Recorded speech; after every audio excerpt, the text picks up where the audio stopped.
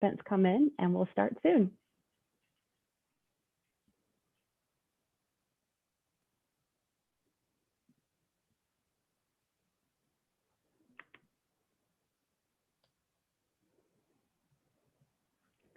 All right, I think we're getting close to critical mass. So again, welcome to Politics in Prose Live. My name is Brandy, and I'm a bookseller with the Children and Teens Department. Thank you so much for joining us today in this digital format. We are very excited to welcome National Book Award winning cartoonist Nate Powell, who will be in conversation with fellow cartoonist Eleanor Davis to discuss Nate's latest graphic novel, Save It for Later. Nate Powell's work includes civil rights icon John Lewis's historic March trilogy, Come Again, Two Dead, Any Empire, Swallow Me Whole, and The Silence of Our Friends. Powell has also received the Robert F. Kennedy Book Award, 3 Eisner Awards, the Michael L. Prince Award, Comic-Con International's Inkpot Award, 2 Ignatz Awards, and the Walter Dean Myers Award, and he lives in Bloomington, Indiana. Powell will be in conversation today with cartoonist and illustrator Eleanor Davis.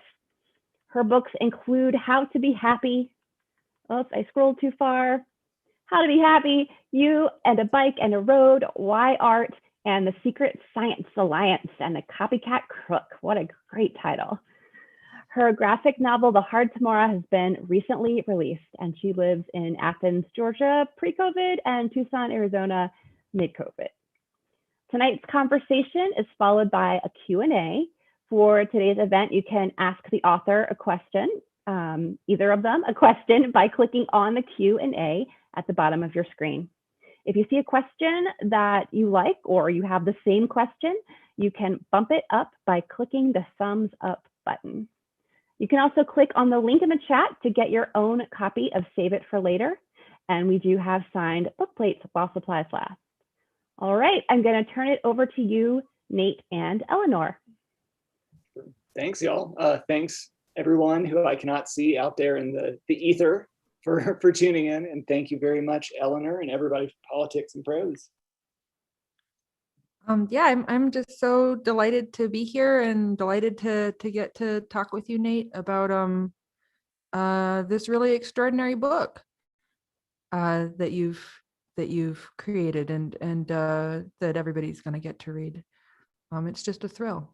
Likewise, glad to see your face, especially after not seeing the faces of any of our peers for at least the last year. So yeah. This is very revitalizing. Yeah, Thanks. I'm used to seeing you at comics conventions, and look forward to seeing you at comics conventions again, hopefully sooner rather than later. So I guess that I wanted to start out with it's a funny book to talk about right now, because I feel like in a lot of ways we're in a brighter period. Folks are getting vaccinated. It's springtime. We have a president, and the book is a really heavy book. It's a really intense book. And I feel like as a interviewer, coming up with questions to ask you, I wanted to, kind of keep it light, keep it sort of stuff that we could, easy conversation topics, not too like existential. Sure. Yeah. But I did want to start out with, I wanted to tell the audience just a little bit about my experience reading your book, because it isn't a light book, but it also is a tremendously affirming book, and it's a book that I felt a tremendous amount of relief reading. So I thought I would read this little bit of, Nate asked me to blurb the book, and I was honored to do so. And I wrote this back in an email to him, especially since the pandemic started my heart has just been a numb rock. I'm not doing great at both allowing myself to have strong emotions and also keeping it together enough to parent our toddler.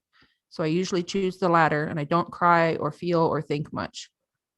As soon as I started reading Save It for Later, I began sobbing, and I basically didn't stop until I finished it. It was a huge relief. I hope I'll be able to use this unthawing you've granted me as part of what will eventually get my heart back to the right place for myself and for my kid. And rereading the book yesterday for preparing for this interview, I thought I was, I'd read it once before, but it hit me just as hard the second time, and I was just crying the whole time, which makes it sound like a bummer, but it's the opposite of a bummer. It's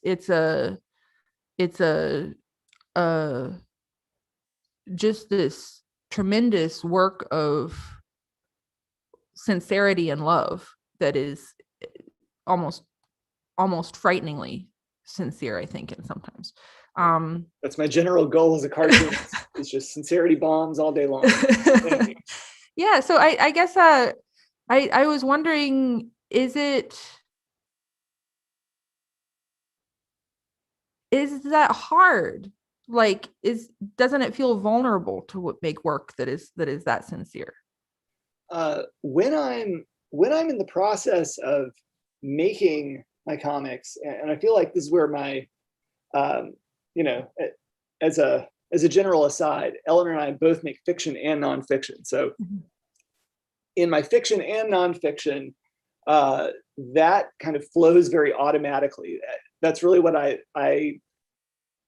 and what I always have, in the middle ground of my brain is trying to keep myself in a very real space that's open and vulnerable. So, the reason I got the idea, which turned into Save It for Later, simply was because by the end of 2017, we had like 100 fires burning at once. Yep. And especially with a push for an authoritarian power grab, our general sense of time, was things were telescoping and already getting strange. But for a considerable majority of American adults, I think there were different degrees of reacting to something, always being in a reactionary state.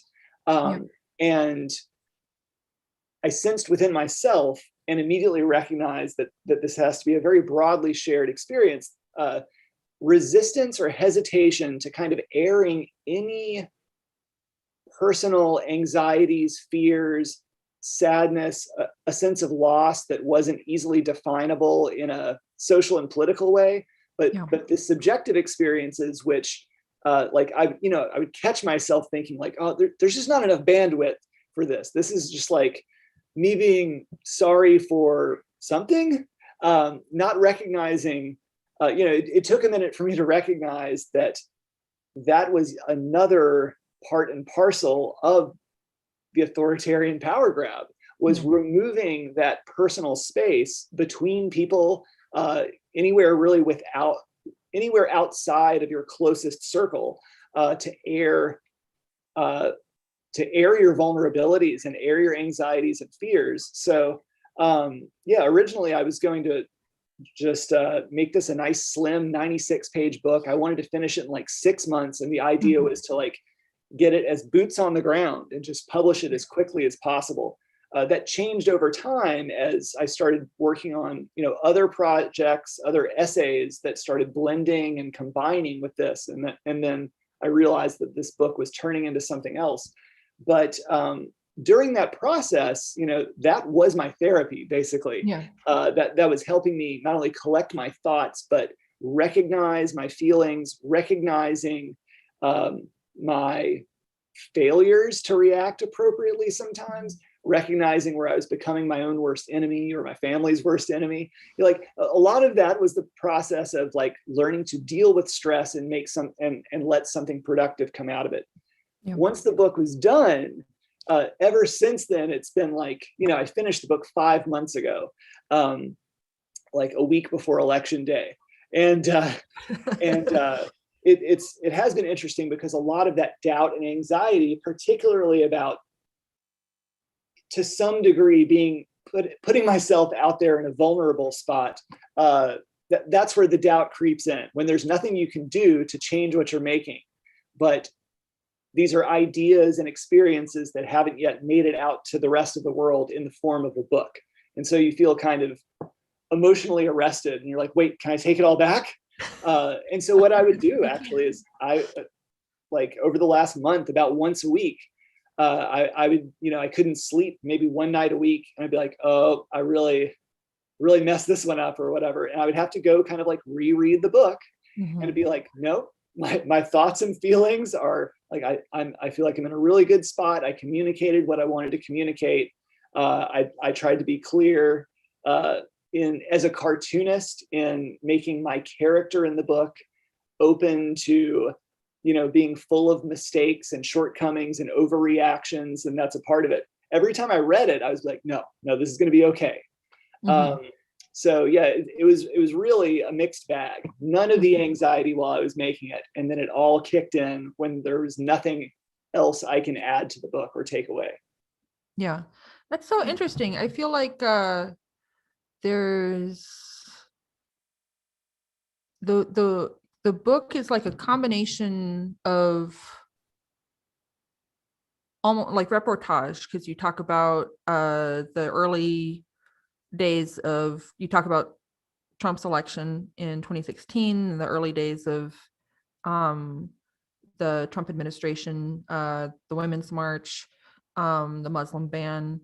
You talk about white supremacy and the various ways that it was manifesting itself, the child concentration camps, and you're writing about stuff as it happened, and it is very personal. You are very much your reactions to these things is very much a part of the book, but I never felt like you were making it about you. You know what I'm saying? Even though it was about you and it was about your family. I guess it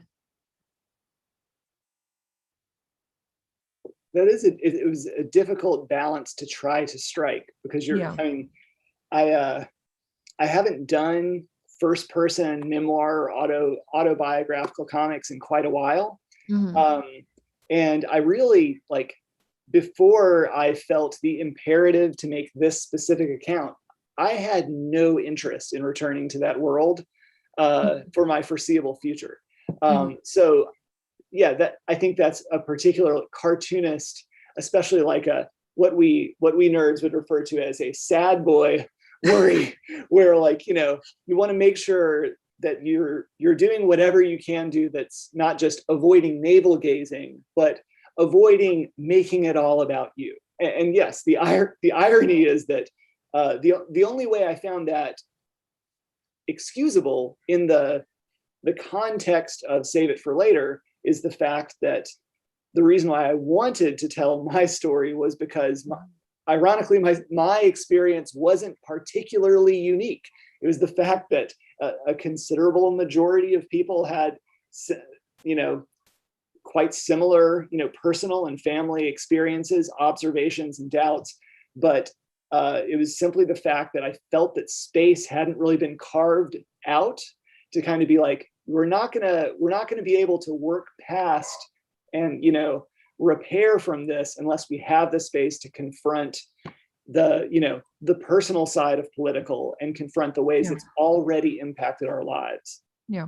Was it hard to do that so quickly? I feel like a lot of artists I know don't address some of the current events as they happen, because, I mean, including myself, because it doesn't feel like there's been time to process them yet. Like, I don't, like, when the pandemic started, I didn't know how I felt about it knew I felt miserable, but it was like this big mush of misery that I hadn't had time or energy to pick apart. So you were managing to do that very swiftly. Was that hard to try to do that, like, kind of as it was happening? In the first salvo of, it was divided into 7 chapters. And the first 3 chapters, I had a vague but crystallizing idea. And I went to go talk to my agent about it. And I was like, yeah, this stuff's just like kind of like churning inside me. And I think I want to do just this quick raw memoir thing, and try to publish it as quickly as possible. He was encouraging. And so I immediately went back to the hotel room where I was staying. And within one day, I had written the rough text and thumbnailed the first 2 chapters, I believe, in their entirety. It was a matter of hours, really. But this is, I guess, because comics, like each page of comics involves like 5 pages worth of work in your process. This is where those early steps were so fast, so immediate, and so natural that once I got, and then my happy spot is actually, penciling and inking and coloring. But then that's, like one of the challenges of this book is, just as you introduce this section right here, talking about how quickly things are changing and the challenges of trying to keep up. At a certain point, I kind of had to ignore that pressure to keep up at every stage in the book with what might be happening 4 months down the line from when I started it, or 6 months or a year. Yeah. And I basically, one of the imperfections of the book is having to deal with the reality that each section of the book is something that was, that encapsulates an era within this authoritarian era. Yeah. And recognizing that, that's why I dated the end of each chapter, because some of it could even threaten to seem immediately obsolete, or, it's, for people who read the news, there are these moments where you're like, well, you didn't include this or that. And that's where you're going to one is going to drive oneself crazy trying to just constantly update and refresh a bunch of ink on paper. And so a lot of this is really trying to expose the limitations of expressing through a very slow medium, and trying to lean into the kinds of nuance and mindfulness that you can get by organizing and expressing your thoughts through comics. So yeah, a lot of the slower pace and the fine tuning and trying to reconcile these ongoing, swift, complex changes socially and politically that came in the last 6 months of working on the book, where you're trying to work up these separate, sometimes disjointed chapters that are puzzle pieces that clearly fit together, but never perfectly. And so by fine tuning exactly, a lot of it is trying to imagine that I'm reading the book for the first time right now in spring 2021, and trying to kind of make the writing and make the segues work so that it doesn't seem as disjointed as the era itself seems. Yeah. That, I feel like that kind of segues into, so I'm a cartoonist. So I know that I have my own answer to this question. But I always like hearing other cartoonists' answers. Why comics? Why is comics your preferred form of self-expression? As you're saying, it's very slow. Yeah, it sure is. I think this is where the root of it for me, I think. So I'm from Arkansas, and basically falling in love with comics and starting to draw comics in pre-internet Arkansas means that more or less, it wasn't until I left for college as an 18-year-old that I was really exposed to comics that weren't superhero comics. in a nutshell. But in the early 90s, my exposure to some manga and anime really broadened my emotional palette in comics simply by changes in, details that are focused on within Japanese comics and cartoons, and a completely different relationship to how time flows, and with the slowing down and speeding up of time and how it relates to focus. And all of a sudden I was like, oh, being an adolescent who's discovering they have deep feelings, to being like, this is something that can become a part of what I do that helps say what I'm trying to say so much better, but not even using any words. It was very natural to me. And I really credit, it was still just like action comics, but this is where I credit, Masamune Shirow and Katsuhiro Otomo and Hideaki Anno for showing me these storytelling methods, even in apocalyptic action comics, that really brought out something that I didn't know comics could do.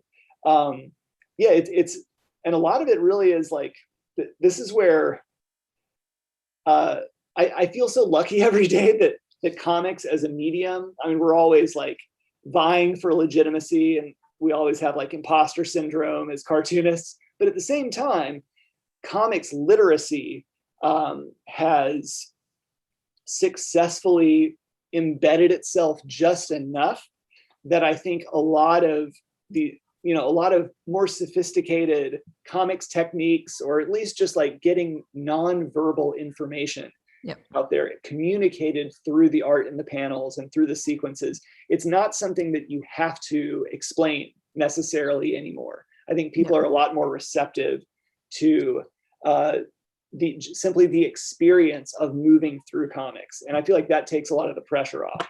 But like I make comics because I make them for me. And I just feel lucky that I'm able to do this for a living. And it's still kind of crazy to me that other people want to read my comics or can make sense of them. So I'm kind of baffled still. Yeah.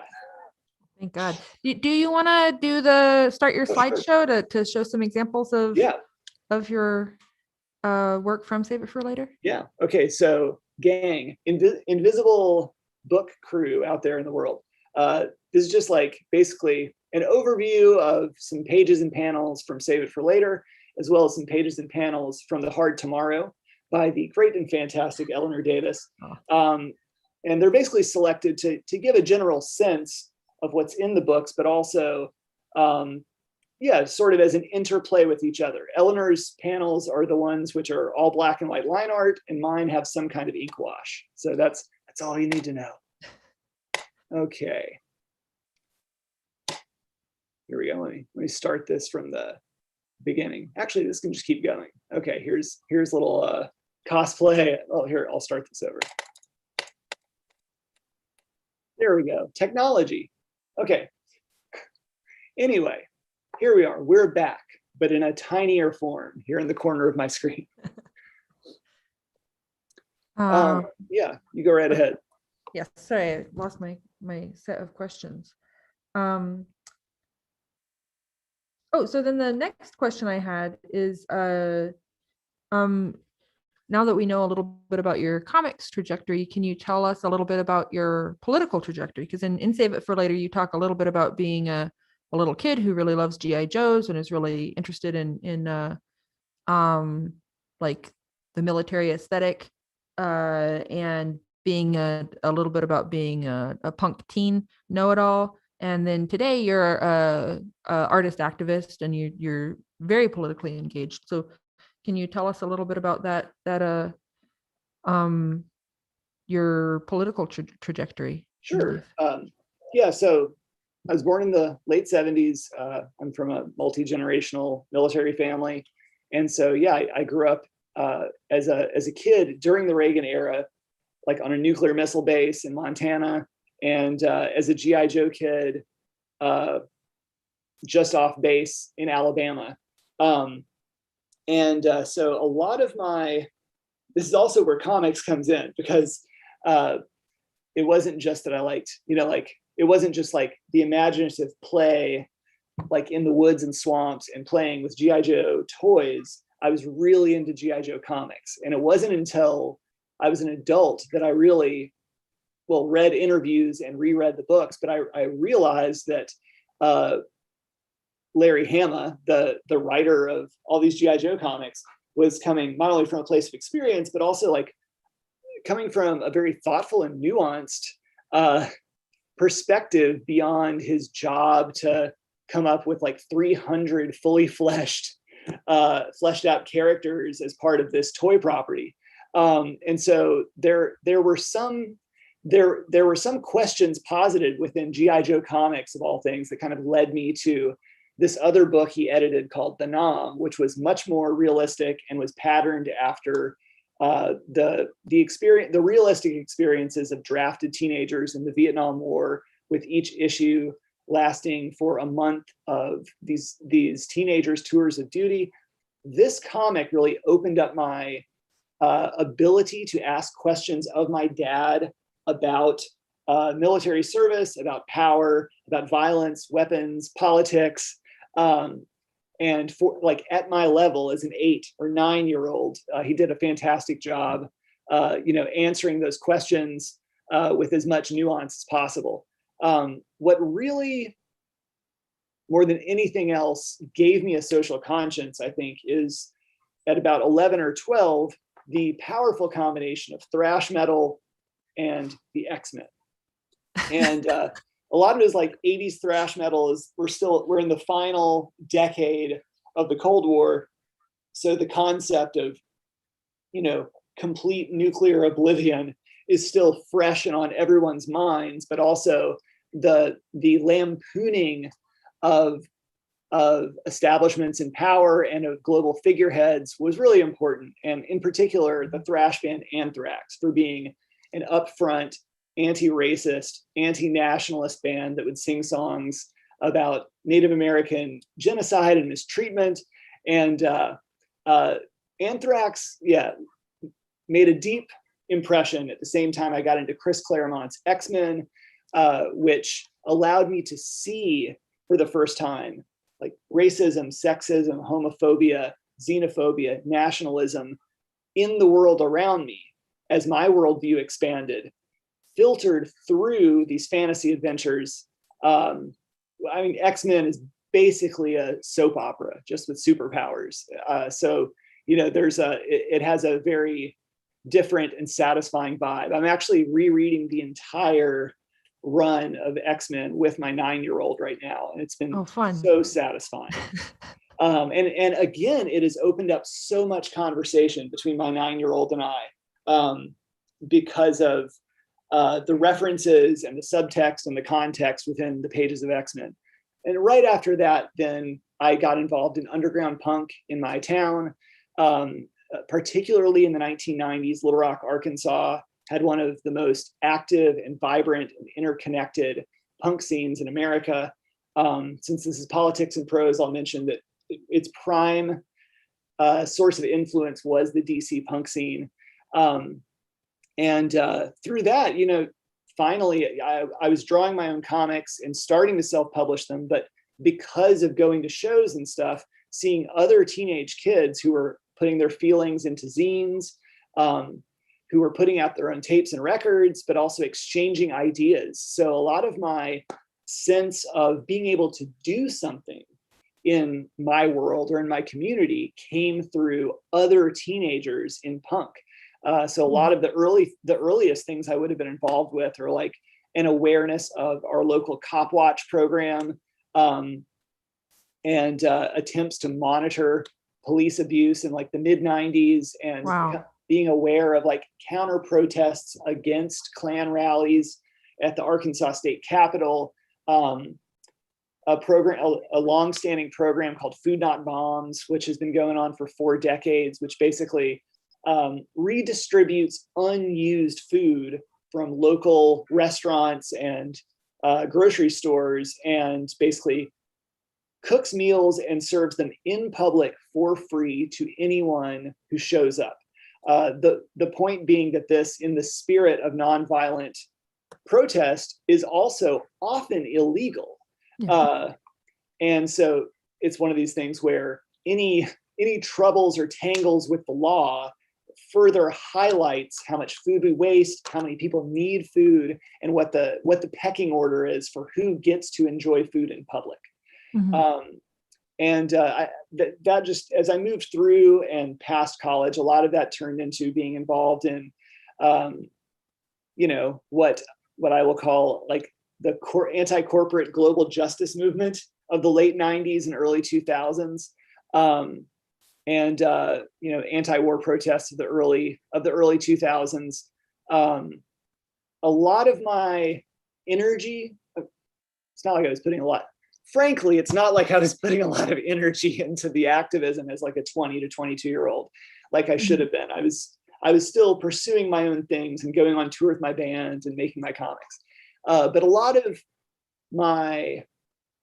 that space was transferred over to doing advocacy and care work after that. Mm-hmm. So before I became a full-time cartoonist, for a decade, my career was doing personal care and advocacy work for adults with developmental disabilities. Oh wow! I didn't know. And it's it's something that I was good at, something that was important to me, something that I had a personal connection to within my family that kind of guided me there. But it took a while to recognize that there's an internal stigma with this dichotomy of something being activism or not activism. Yeah. And it took a while for me to simply embrace that what I was doing had value, though it was not activism. It was me showing up at work and kind of like putting myself to the side to help somebody live their life with a little more dignity and with a little more fullness. That was pretty important to me once I recognized that that it is its own kind of selfish thing to beat yourself over the head about not participating in society and producing good in one specific way when you're spending time getting a different, seeking to make the world a better place in a different way. And so I think in parenthood, as I'm sure like your ability to just use free time and dedicate yourself to something virtually vanishes. And so I think one of the things I really tried to iron in towards the end of Save It for Later is simply the fact that like I don't consider myself an activist. I consider myself somebody who shows up. And I'm not taking bigger risks. I'm not doing hard organizing work. I'm not even getting as many threats as I got during like the end of the March era. But to me, a lot of it is trying to let go of this sense that you're either doing something that's quantifiably part of a particular kind of protest or activism, or you're just not. A lot of it is recognizing your own personal limitations as a product of your circumstances or your choices, and recognizing that it's okay. Everybody falls short of where they think maybe they should be. And so a lot of it is recognizing that everyone else feels the same way. Other people are going to pick up the slack where you can't. And thus whenever possible, try to find ways to pick up the slack for other people. A lot of it's just like letting go of this more fatalistic, apocalyptic sense of urgency that it gets increasingly harder to have enough time carved out in the day within parenthood to do that. So you find new ways to make some kind of an impact.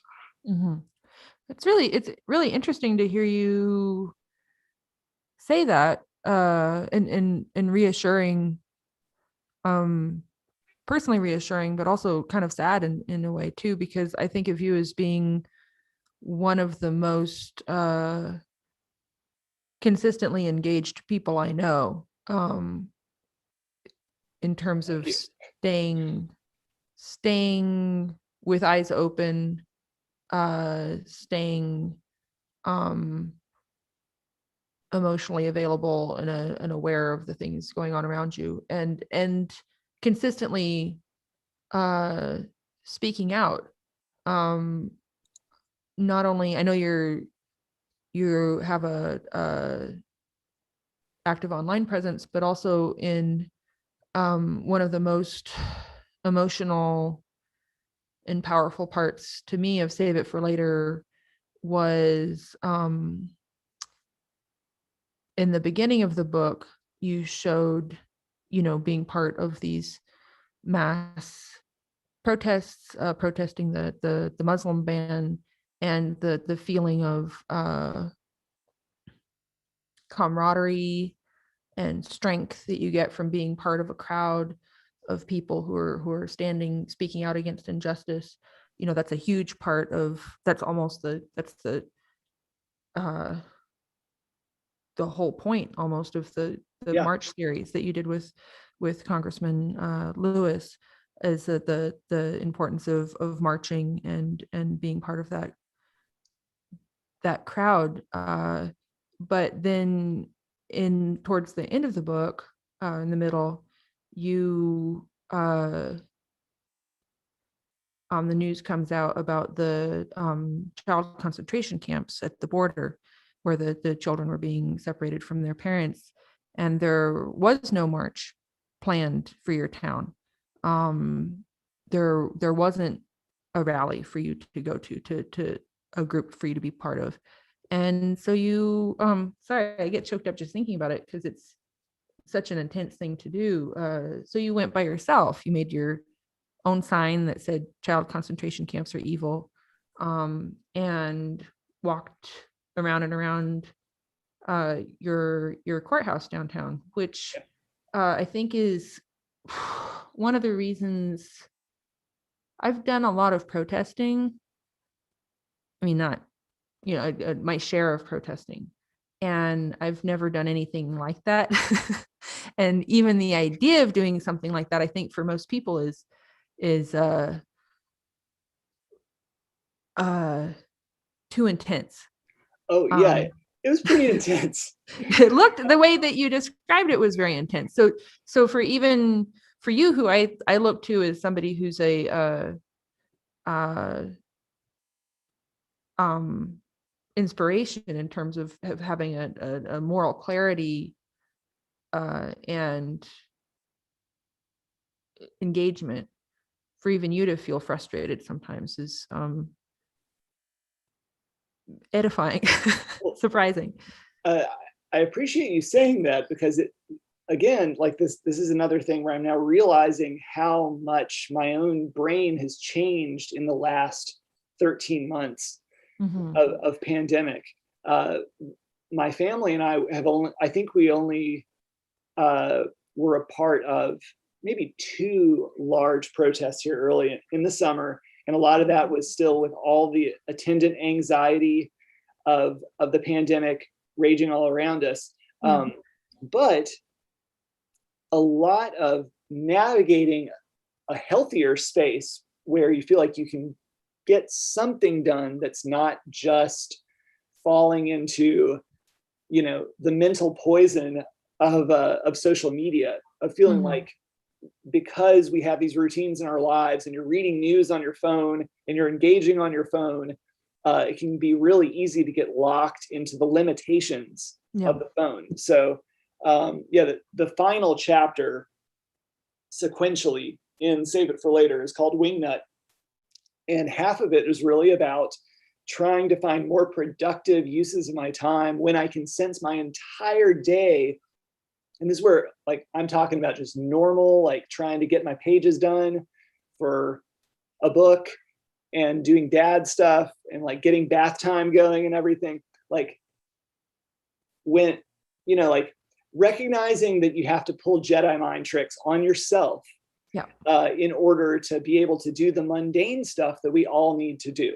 And recognizing how like my own anxiety and rage and sadness can shut me down and actually keep me from doing anything useful, about maybe 10 or 12 times total over the course of 2 years. I would catch myself in one of these moments in which I was so outraged or anxious or afraid that I knew that like the rest of my day was just a wash. Yeah. And so I was like, well, I'm going to be mad for a couple hours. So what I could do instead is quit everything, make a sign, go downtown, and in 1 hour, I can walk 3 miles around the courthouse square.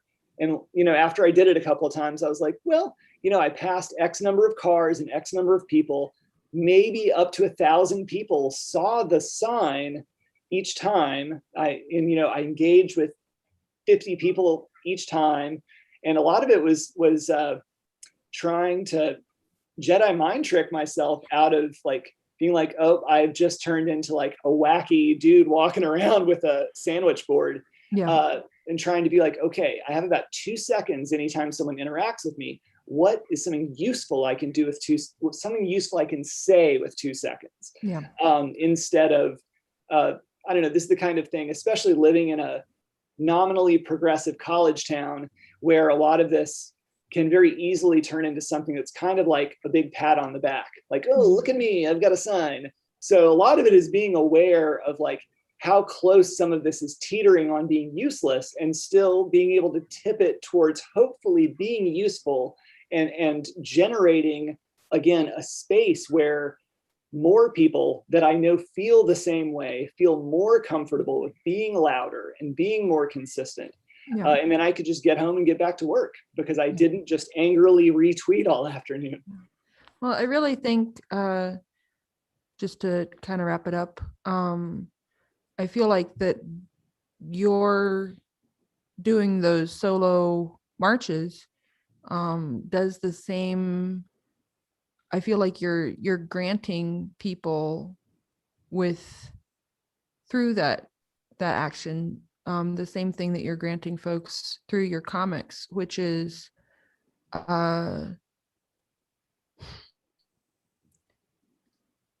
it's so terrifying to be on your phone, to be by yourself, and for there to be part of your mind that says, maybe I'm the only one who cares about this. Yeah. Maybe I'm alone in feeling so sick. Maybe I'm alone in feeling so upset. Maybe this isn't actually such a big deal, And I just think about the relief that those folks seeing you walk by yourself must have felt, to feel like, oh, it's not, that guy looks like, maybe he looks like a wingnut, but I know he's saying what I feel and it's not crazy. And that's how I feel reading your work as well. A tremendous kinship and a tremendous relief at seeing these really strong emotions put down on paper. So thank you so much for that wonderful gift. Thank you. I'm happy that, and still kind of in disbelief that people have so far responded in such an enthusiastic, gripping way to, I don't know, it feels kind of vindicating in terms of what I felt at the onset was a necessary endeavor to make this book, but also like struggling back and forth with, the actual usefulness of it beyond, getting my own feelings on paper for me. So thank you. I appreciate that. Thank you. It's a congratulations. It's just a beautiful work. And I'm just so happy that folks are going to get to read it and benefit from it. All right. Thank you to Nate and Eleanor for such a relatable conversation. I think there's a lot that we can all find meaning in. So time now to take a few questions from our participants. And I'm actually going to kick it off. I have a question for Nate.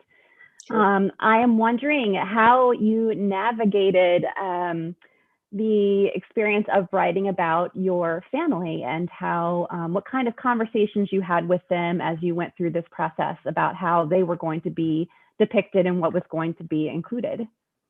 Very good question. Well, so I'm married. Yeah. So I in this house, it's me, it's my wife, and my 2 daughters, who are now ages 6 and 9. But to go back to the onset of work on this book, that would be just like a fresh 7 and 3.5 years old.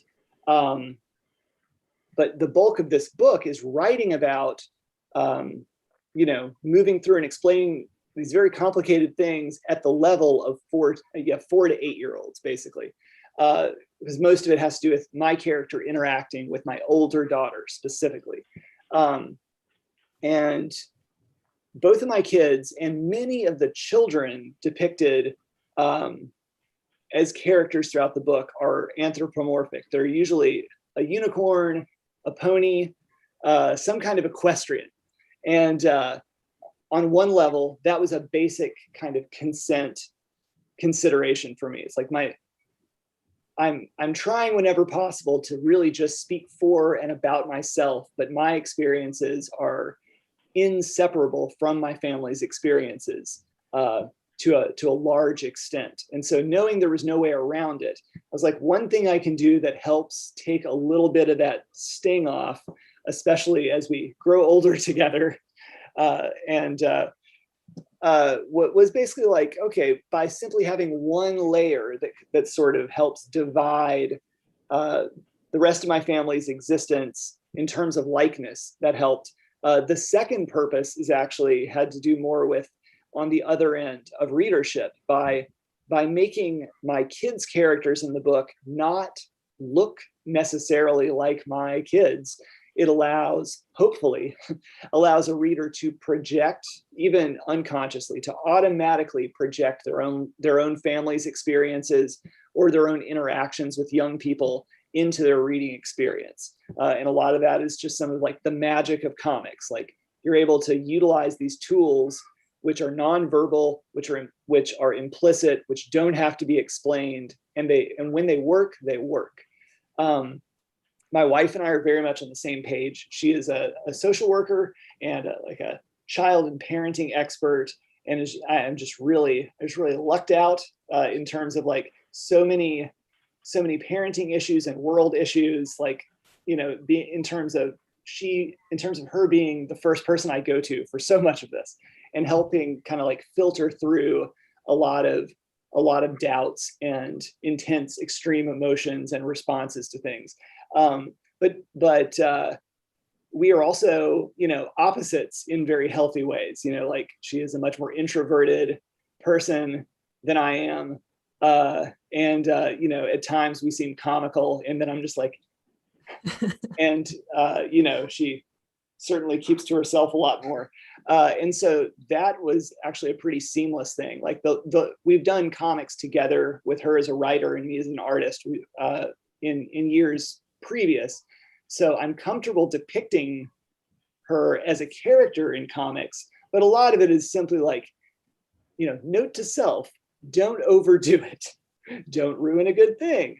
And just kind of being mindful, be like, okay, yeah, my kids need to be in this scene. Or like, yeah, my wife, we'll have her be in here. Another thing that helped balance that was, even though my wife and I are, experiencing all of this together and interacting on the same level with a lot of it, for the purposes of communicating in the book, whenever possible, I tried to make myself the fool or the person who's overreacting, or be the idiot, or being someone who is inadvertently turned into another like bearded, sunglasses wearing, angry guy in a vehicle on the road.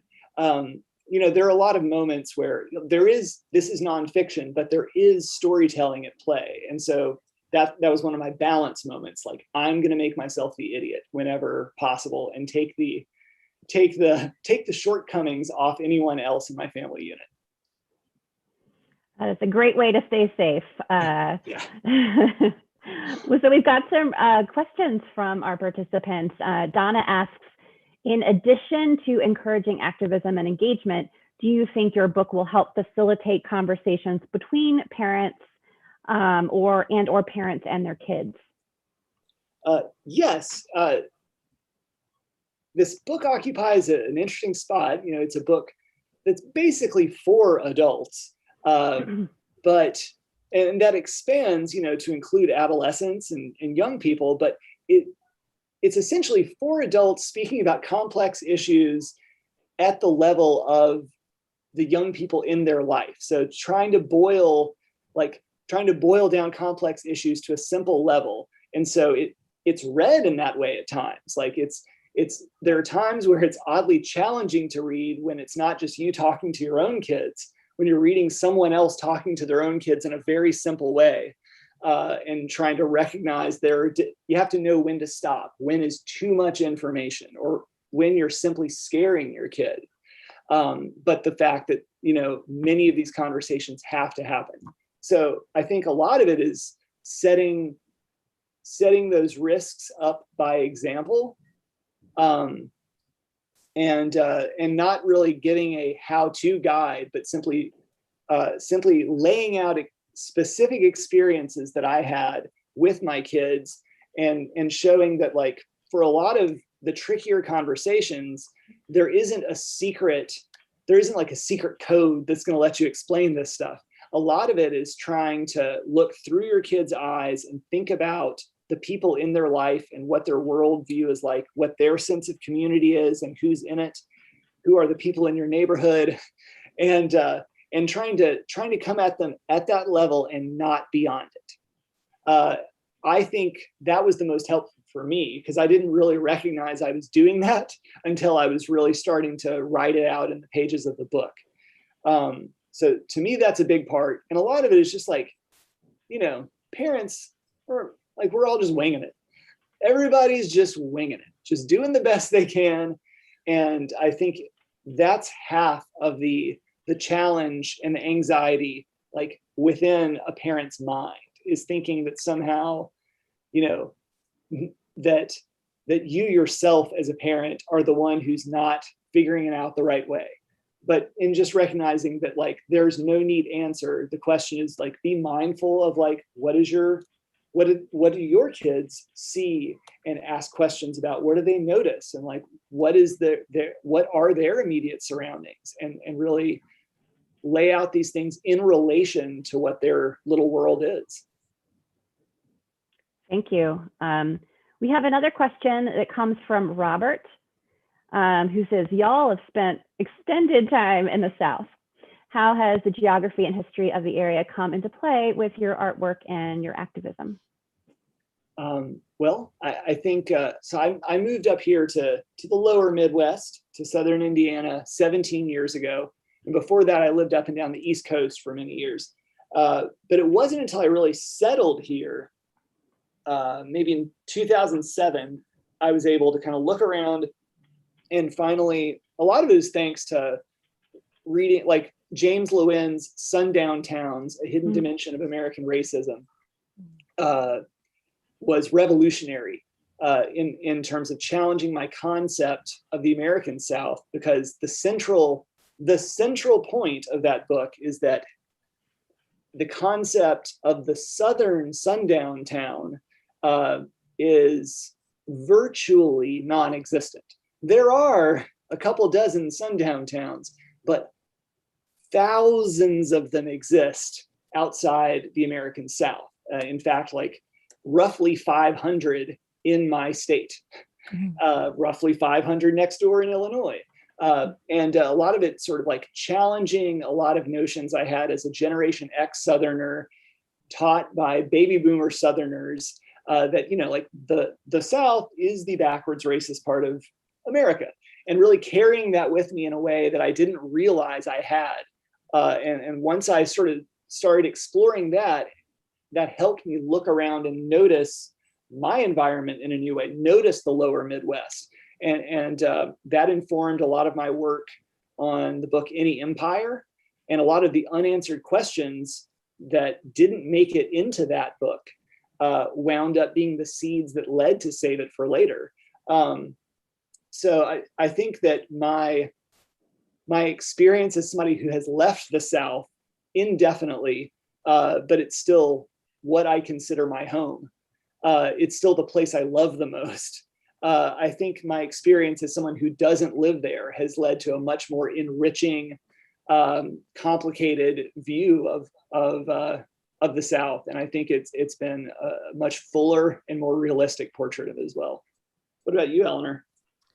Yeah, I was thinking, I feel like I grew up in Arizona, Tucson, Arizona, and it's very funny to me now, not funny, haha, that we used to make fun of the South for being racist, which is absolutely wild because Arizona is tremendously racist. And when I went to college in Georgia, and one of the reasons I was on the fence about going there, because I was like, oh, I don't want to move to the South. It's so backwards or whatever. But really everywhere in America is tremendously backwards in one way or another, and tremendously racist. It just it's white supremacist. It just manifests itself in different ways. I feel like reading Save It for Later, I really felt a kinship with Nate in that we're in very liberal little blue dots in very, very red states. So I think that kind of impacts the way our political understanding. I know that my more politically engaged friends in blue states have different struggles, different enemies to fight, whereas I feel like in both Bloomington and in Athens, the it really is a Red Sea that we're in the middle of. Certainly. Yeah. All right, I think we have time for one more question. Emil asks, from what I saw, not having read the book yet, it seems like the use of dense black coupled with the beautiful writing and the tremendous drawing was really intentional in this book. Can you speak to the visual choices you make to underscore your storytelling? Sure. First off, I love black ink. And there's even like a practical reason why I'm so liberal with my use of ink. I buy these like pint-sized jars of Speedball India ink, and it's the most economical choice, but it goes bad by the time I get to the bottom of it. And so for years now, I'm like, as much ink as I need to use, that is fine, because I'm going to throw it in the trash before I finish this pint. Once I hit that point, maybe like 10 years ago or so, it allowed me to do things like, one of my major interests on like a formal comics storytelling way on the page is, I think that gutter and margin space in between the panels and all around the edges of the page are criminally underused as a way of giving information and telling the story. So I do a lot of shifting that negative space in the gutters and the margins from white to black, and doing these kind of like, whatever those Buck Rogers swipes are that George Lucas uses, but I use a lot of those swipes. And typically, like, these are just kind of like, to me, these are no-brainer things that cost no extra effort, but it adds a lot to our reading experience. It works well for transitions, from past to present, night to day, internal to external thoughts, shifting viewpoints, jumping ahead and backwards in time. And I do the same thing with panel borders, and having panel borders disappear and using vignettes and then reintroducing the borders. A lot of that is it helps. One reason I love using so much black on the edges of the pages and using so much dense shadow work is that it really helps you feel as if the rest of the world disappears, or at least for me, I feel that the rest of the world disappears when I sink into a page that is so saturated with black. And a lot of that owes a debt to Mike Mignola, the great cartoonist known as the creator of Hellboy, whose pages are sometimes 80% black. And that overkill is so successful. And I'm like, yeah, I can do this too. But yeah, I feel like it puts you in it sets a tone that allows you to really stay within the emotional range that I'm secretly manipulating the readers into being in. Oh man. Well, thank you both. I wish we had more time to answer more questions, but thank you viewers for those great questions. And thank you again, Nate and Eleanor, for joining us today. Just a reminder to everyone, this is your last chance to click that link in the chat to purchase your own copy of Save It for Later. And there's several other books by both of our presenters today there. And remember that you want to get that copy of Save It for Later because we do have some signed book plates available while supplies last. Thank you, everyone. We hope to see you again. Learn about other upcoming events at Politics and Prose on our website, politics-prose.com. And you can also find this event and other past events on our Politics and Prose YouTube channel. All right, see you later.